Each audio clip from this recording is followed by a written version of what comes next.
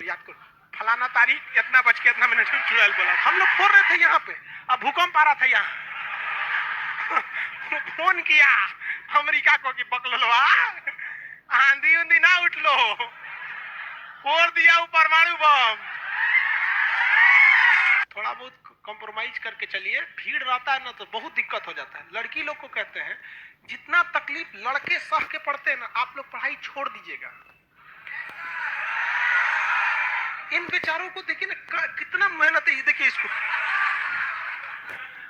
किसी लड़की को हम बोल देंगे काला साड़ या मंगरेला तो कल से क्लास छोड़ दी, कोई ठीक नहीं, जाके FIR लिखवा देगी। ये बेचारों को झोरते रहते हैं, डांटते रहते हैं, जमीन पे बैठा रहता है, लसराए रहता है। इसे हाँ, लड़कों का दिल एक्चुअली होता ही नहीं है ऐसा। हम तो अपने को भी बोल देते हैं मंगरेला।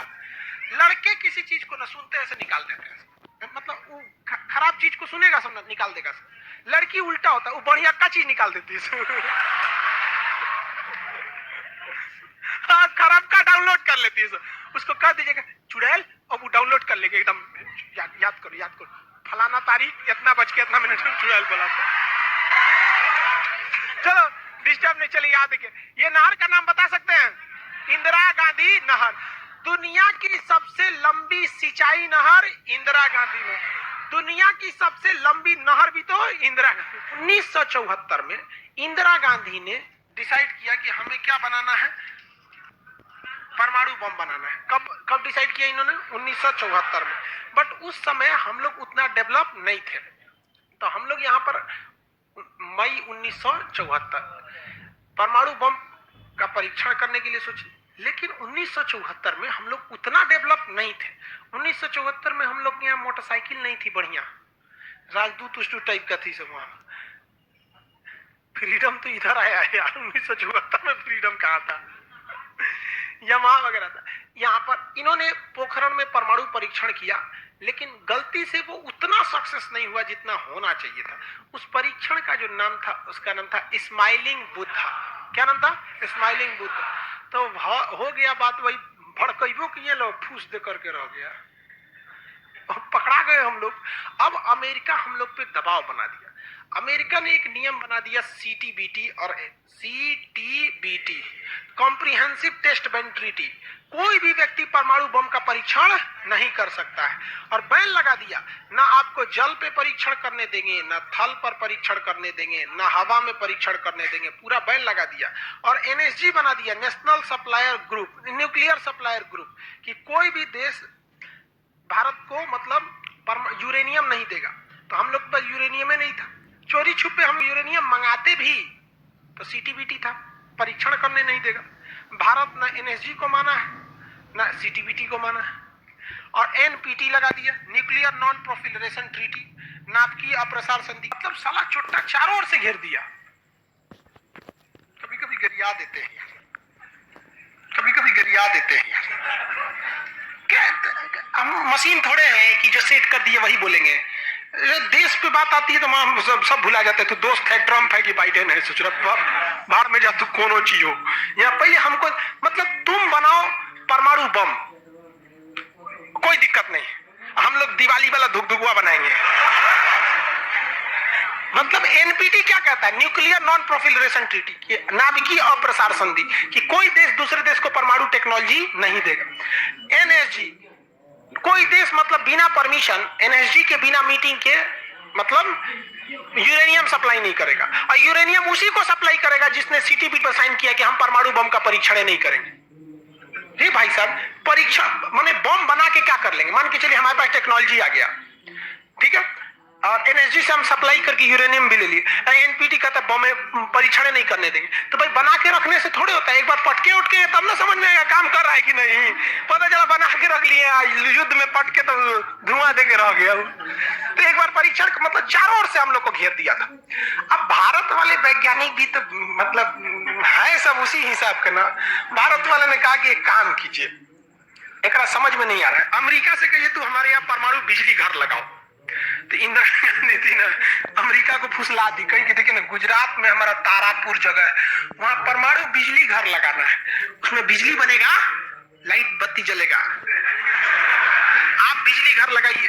सुने हैं कि 300 करोड़ का खर्चा आता है, जबकि 200 करोड़ का खर्चा आता था। तो अमेरिका लपलपा गया कि अरे दादा बिना मोलाई तो रेट बढ़ा दी है। अजब हाल है भाई, महिला मोलाई ना करे, ऐसा हो सकता है?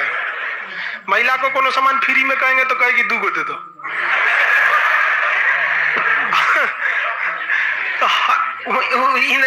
अमेरिका ने सहयोग कर दिया, हाँ हाँ हम पूरा परमाणु बिजली घर बना देंगे, बिजली बनेगा आपके यहाँ, भुक भुक लाइट जलेगा एकदम। तारापुर में 1972 में बिजली घर लगा दिया। अब बिजली घर चलेगा कैसे? इंदिरा गांधी का हमारे यहाँ यूरेनियम नहीं है, एक काम कीजिए जो बिजली घर लगा है ना उखाड़ के ले जाइए अपना, ठेका कैंसिल। कहा अरे पगली कही के तो पैसा दे, तो पैसा कौन सी का, ये तो कौन सी तू बनी ले NSG कि हम यूरेनियम नहीं देंगे, कहा अच्छा तुमको दे देंगे, कोई दिक्कत नहीं। अब वो यूरेनियम लिया था हमें बिजली घर में भड़काने के लिए। अरे भैया तू ले आओ ना, हम लोग ने डिसाइड करेंगे इसको भड़काना किधर है। इधर आया 1972 में तारापुर में, उधर तैयारी चल रही थी 1974 में। हम लोग ने उसमें से निकाल के इसमें भड़का दिया। बाद में पता चला गलती हो गया, अमेरिका होशियार निकला, जो यूरेनियम बिजली घर में लगता है वो 20% इनरीच रहता है, अब परमाणु बम में 80% इनरीच चाहिए होता है।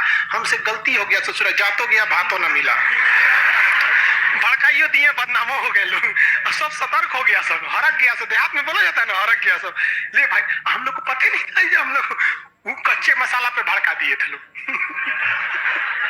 अब क्या हो, इस सब 75 को नियम लगा दिया, हम लोग को कोई देता ही नहीं था।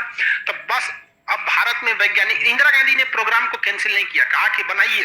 अब भारत में धीरे धीरे आगे गए, एक से एक वैज्ञानिक मिल गए सब। उसमें एक चिदम्बरम थे बहुत मशहूर वैज्ञानिक, और उसके बाद मिल गए हमारे APJ अब्दुल कलाम, सोने पे सुहागा। इन्होंने परमाणु बम बनाने की पूरी तैयारी कर ली। अब तब तक लेकिन कोई भी प्रधानमंत्री डरे उन लोग को खुली छूटे नहीं देता था कि परमाणु भड़काइए, क्योंकि अगर फूस हो गया, देखिए भड़क के सक्सेस हो गया तो किसी के बाप की औकात नहीं फिर कुछ बोले, भड़का दीजिए उसको, उसके बाद कौन सी बोलता है, ले आओ रे ले आओ, तो कौन सी नहीं। लेकिन अगर भड़काए और फूस कर गया तब तो पिटा जाएंगे। जापान पर परमाणु बम मार दिया था अमेरिका, जापान चुपचाप देख लिया था। जापान के बाद परमाणु बम रहता ना, अरे बाप रे बाप, उनको तो दिखाया रहता, जापान मारा रहता ना जिसका कोई मजबूरी हो गई। तो भारत के सामने यही रास्ता था कि भैया अगर भड़का दिए और अगर सक्सेस नहीं हुआ तो इस बार माफी मिलने वाला नहीं है, क्योंकि 1974 में एक बार माफ कर दिया था। लेकिन अटल बिहारी वाजपेयी का जब नेतृत्व आया प्रधानमंत्री का, तो अटल बिहारी वाजपेयी ने कह दिया था भैया कुछ भी हो जाए, कुछ भी हो जाए, हमारा देश रहना चाहिए। आज के नेता रियलिटी बताते हैं। अटल, हम जो लोग, हम और आप उस पीढ़ी में से हैं जिन्होंने एक साथ दो महापुरुष को अपने देश में देखा, राष्ट्रपति के रूप में APJ अब्दुल कलाम और प्रधानमंत्री के रूप में अटल बिहारी वाजपेयी। और ये सौभाग्य पृथ्वी पर अब किसी को नहीं मिलने वाला है, क्योंकि ये ऐसे लोग थे जिनका अपना परिवार बाल बच्चा कुछ नहीं, देश ही समझा मतलब देश है, मतलब देश है यहाँ पे, और कुछ नहीं यहाँ पे। गलवा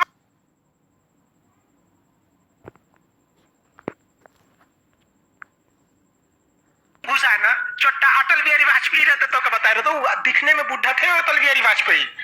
यहाँ पे बड़े बड़े जवान लोग का छक्का छुड़ा देते थे बॉर्डर पे।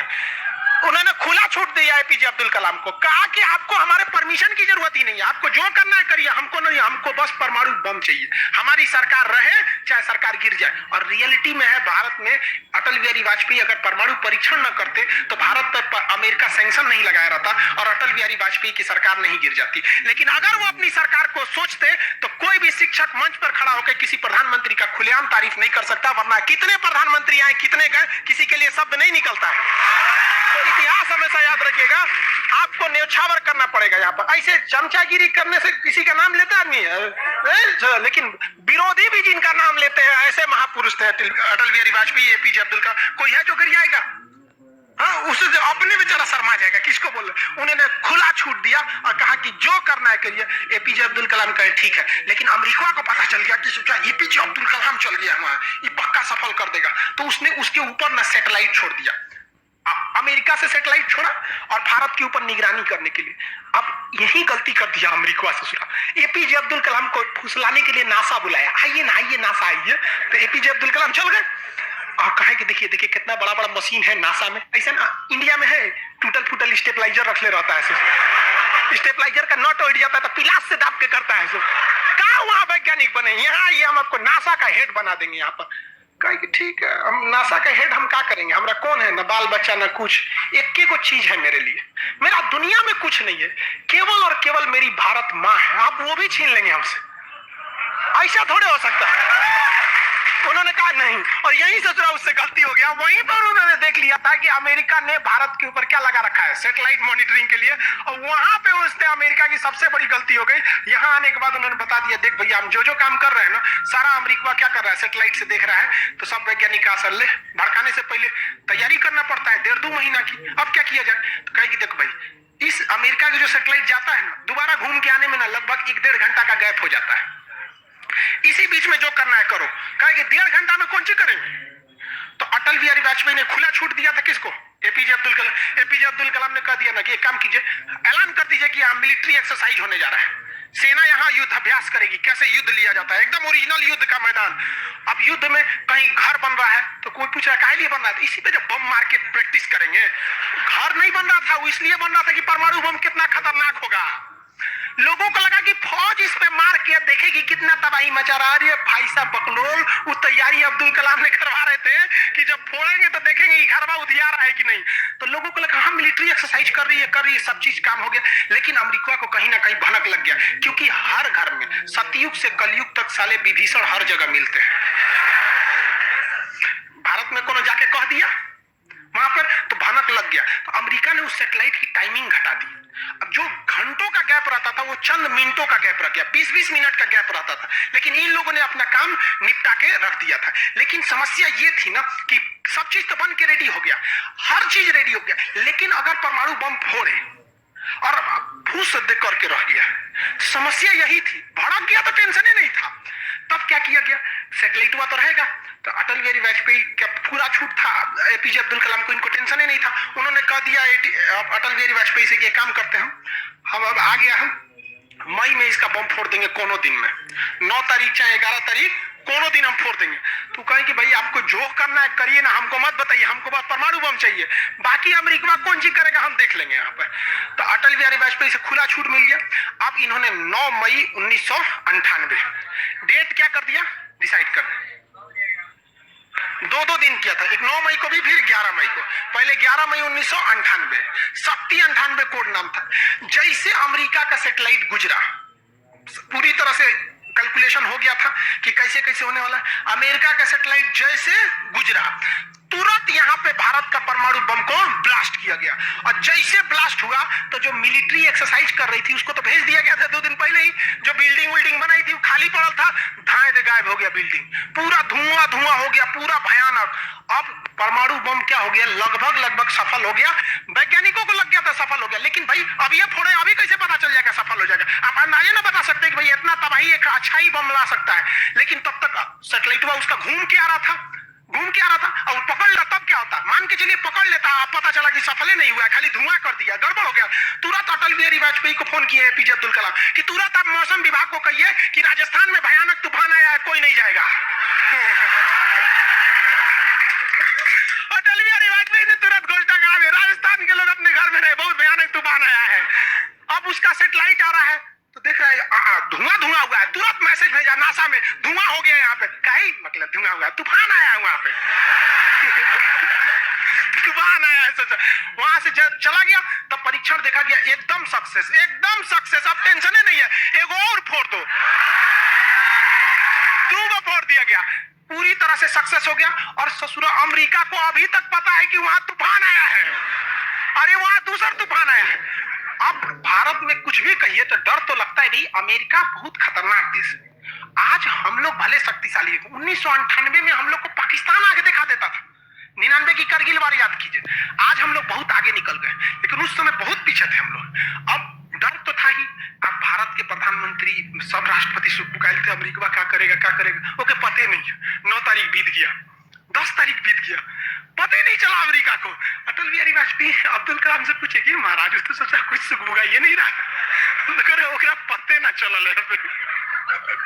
एक काम करते हैं, आप धड़ल्ले से फोड़ देते हैं, क्या फायदा है। हम तो फिर 11 मई को 3 और फोड़ दिए, 2 गैप करके। जैसे परमाणु बम निकला, आराम से फोड़े, पता ही नहीं चला। दूसरा, लेकिन भाई धड़ाधड़ 5 को फोड़ दीजिएगा तो पता चल जाएगा कि नहीं पता चल।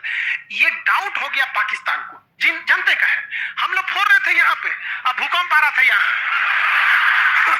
फोन किया अमेरिका को कि पकड़ लो, आंधी उंधी ना उठ लो, फोड़ दिया वो परमाणु बम। अमेरिका से जरा माथा फोड़ रहा है अपना, कह रहा है कि अब क्या करें हम यहाँ पे। नासा वालन को गरियाया गिरे चोट्टा कहीं का, तू लोग को सैटेलाइट लगाओ, आई लगाओ वहां पे। कुंची देख रहा था लोग वहां पे, हम तो बोलबे किए थे कि उधर दुका उठाया था, अपने ना बोल रहे थे कि आंधी उछल है वहां पे। अमेरिका आग बबूला हो गया और तुरंत अमेरिका का प्रतिक्रिया है कि भारत को इसका बहुत भारी कीमत चुकानी पड़ेगी। तो भाई जिसकी कीमत भारी ना हो उसे चुकाने में मजा क्या है। और अमेरिका ने खुलेआम भारत को लड़का दिया कि अमेरिका कभी भी इस बात को स्वीकार नहीं करेगा कि भारत एक परमाणु संपन्न देश है। भारत को कभी भी अमेरिका इस बात की मान्यता नहीं देगा। अटल बिहारी वाजपेयी ने भी कॉन्फ्रेंस तुरंत मीडिया के सामने आए और कहे कि जो चीज हमारे पास है उसके लिए हमें किसी के प्रमाण की कोई आवश्यकता नहीं है। और जिस देश को यह लगता है कि हमारे पास परमाणु बम नहीं है या जिन देश को हम पर शक है, वह आ जाना युद्ध के मैदान में, बताएंगे है कि नहीं। अब पूरी